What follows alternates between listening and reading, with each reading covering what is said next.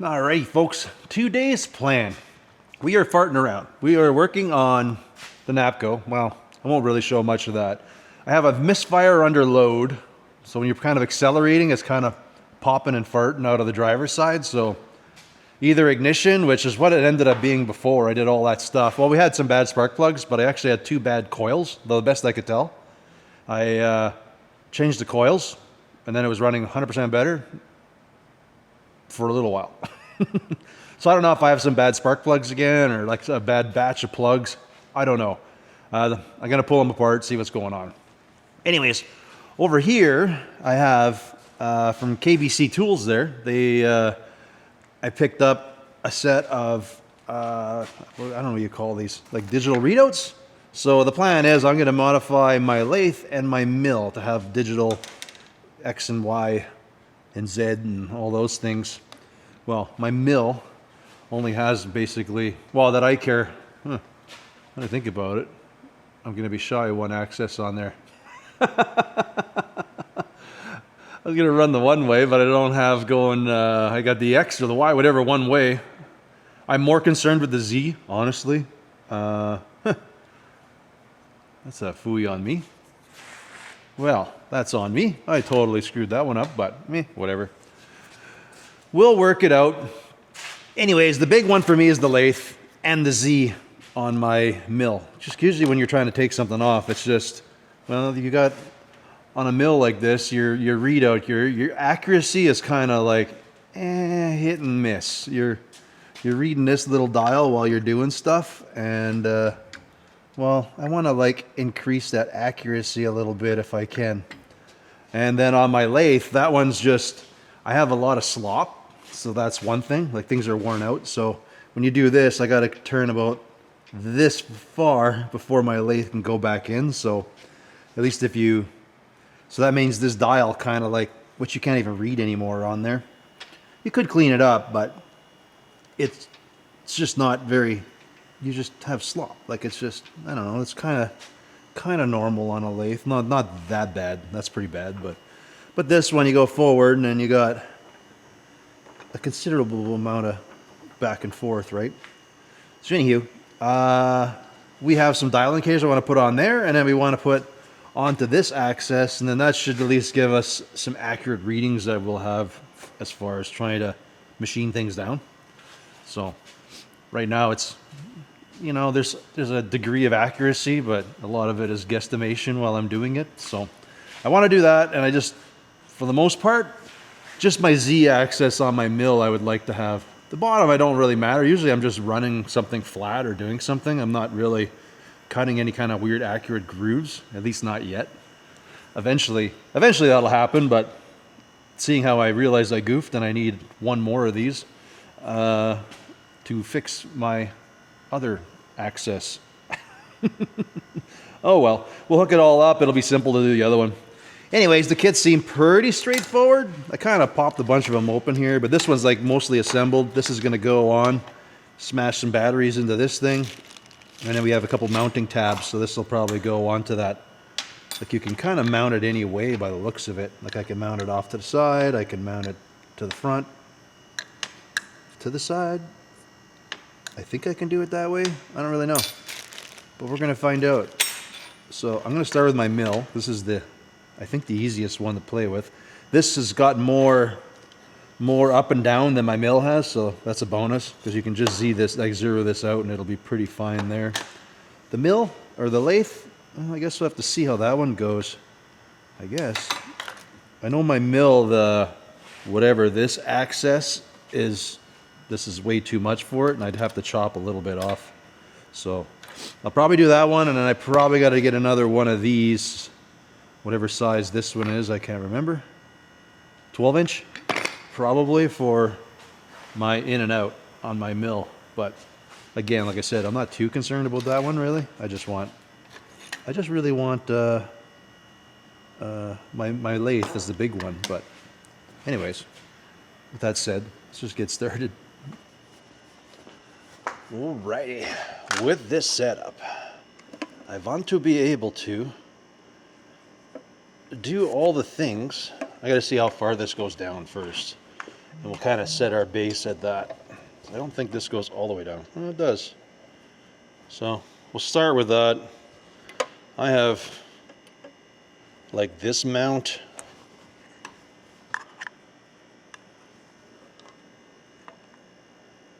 I have to find a sweet spot here that I can still run all the switches. A little more involved than I think. I'm going to run it off this button, so that's my plan.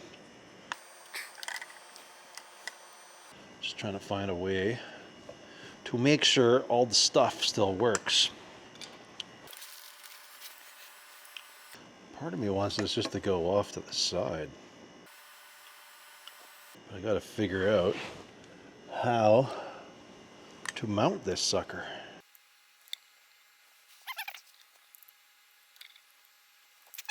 We're gonna have to get creative, so I'll figure this out here yet.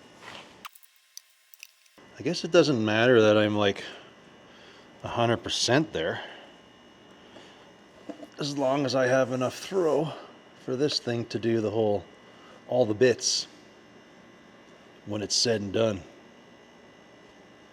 Makes sense. Because I could zero it there, and as long as I got enough throw going up here, it'll be fine. Okay, well, that makes sense.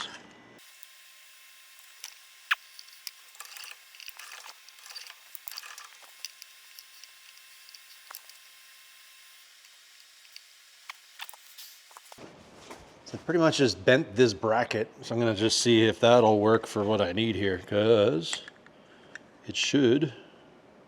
Maybe not. It allows that, but that doesn't work the way I want. Everything I own wants to just, I have to make a special bracket. So I should be able to bolt this to here. This should go to there. If I base this on my finger on top of it, I let this thing go all the way up. My finger on it, see, that should be good. All right, you know what we're going to start with? Is getting one screw in here to hold this thing down.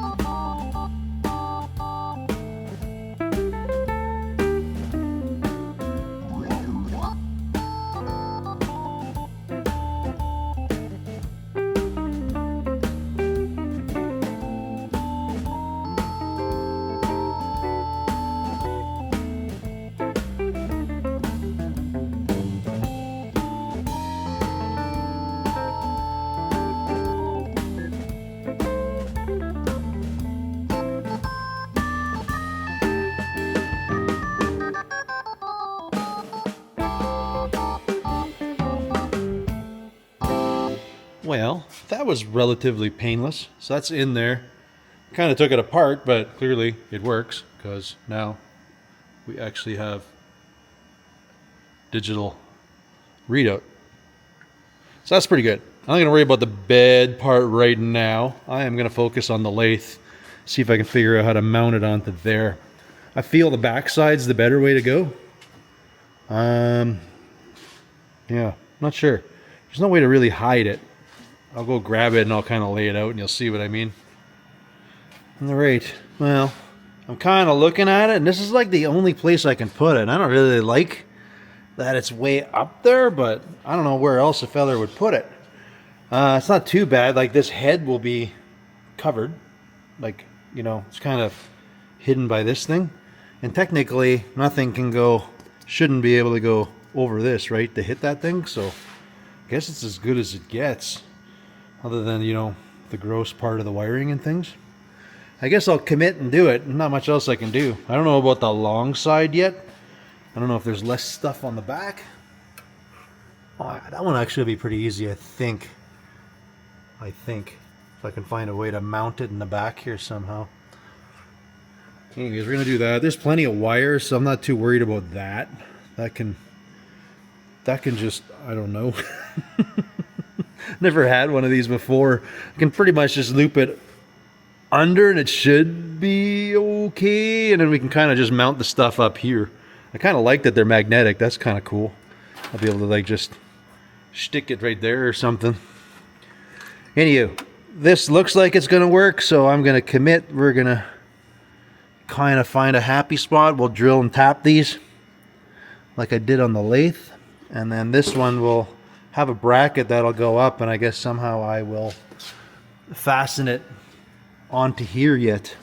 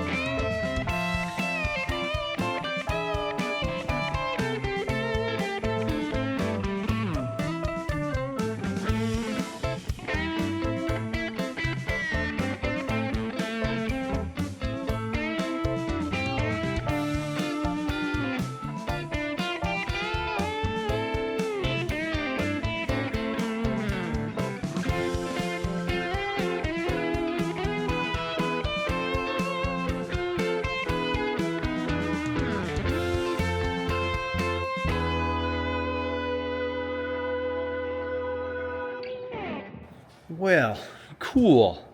So, have everything set up. Kind of have, I don't like the way the cable thing is, but I don't really know what else to do. But right here, we have our gauges, or charts, or whatever you want to do. We can always zero everything out. So I have like a whole lot of accuracy compared to, come on, you can zero. There you go. But now when we actually like run the crank, I can actually get some accuracy out of everything. And then the other one, we did with the big longer one.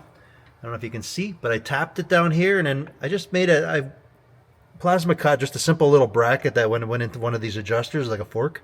So that just seems to hold everything in place pretty good. And that works, I don't know, pretty good. I mean, this thing, like I say, has so much slop in it before you go, so at least I can kind of go here versus trying to use the numbers on there. And then this one, I don't even know where the heck. I think there's a number somewhere, isn't there? Kind of questioning whether this thing actually had a in or out. Usually there's another number on there to read, but I don't actually see it anywhere. But that's not a problem anymore because I have it. It's right there.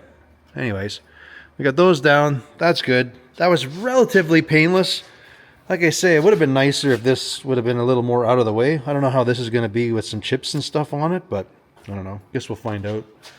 This one, well, at least I got my Z done. I'm kind of happy with that. I'll have to still get another axis. I didn't put one on here, but to do that would be very simple. All I would do is that one axis I have, I would actually kind of hang it off of here and then mount the button, like the middle part would just stay permanent in the middle, and then it can kind of swing back and forth. For the lower part, I would do kind of the opposite. I would like zap it onto here, and I would tag on to this axis, which I think is Y, and I think this is X going sideways. But when that comes to time, then we'll be able to just do these and just continue stacking them up. So yeah, I don't know, pretty happy. This all does its bit. I don't know, I tied it on this bar. I think this thing may have been in its prior life like a shield or something, but me. It'll do. It'll do. That's been on my to-do list for quite a while now. Cool. We got that. I want to see if I can get that mist out of here. So I'm going to do that really quick. Do a little bit of cleanup. And that's kind of my evening here. Afternoon, evening of putting around the shop. Don't know if there's much to show. Probably see a sneak of the next upcoming video. We're going to be working on the Model A. I'm waiting for some stuff. I'm waiting for some laser parts, which I'm hoping will be this week. So then I can kind of jump back on the coupe. But I will be probably playing with the Model A for a couple days just to finish up some stuff in the front end there. And then probably have to jump into pulling that motor out and stuff. That's kind of the plan that's going to be happening. I don't know what's with the motor. I've had numerous people looking at it. Nobody really knows what the noise is. Doesn't seem to hurt anything, but I'll probably throw it on the bench. I'll grab I think the kid has like a 5.3. I can probably scoop from him. So I'll probably throw a cam and my springs and stuff like that on there. And then we'll just throw a 5.3 in there for now. It's going to be fine with a 5-speed and that. That's going to be in a supercharger. That'll be plenty. But we have lots of body work and stuff to do too. So now Austin's working on, I don't know what it is, some Acura Honda thing or something like that. He's got his Pontiac, but he doesn't really want to drive that one in the winter. So, okay. So he's got this he's going to be using. Hopefully, like his plan is to have that as his daily driver. So he's kind of tackling, trying to fix a few things, just trying to find a bumper for one of these things. And they're out there. They're spendy. We might just patch it up the best we can for now. But, yeah. That is about what's going on in the shop. Yeah, soon. We'll be doing a little more. I got to pick up some more sheet metal because we are going to be making a lot of panels for that car. But first things first, I'm going to clean up a lot of it as best I can, and I try to get things squared up a little better in some places before we cut it all up. That is the plan. Anywho, as always, folks, I want to thank you all for watching, and we will catch you on the next one. Later.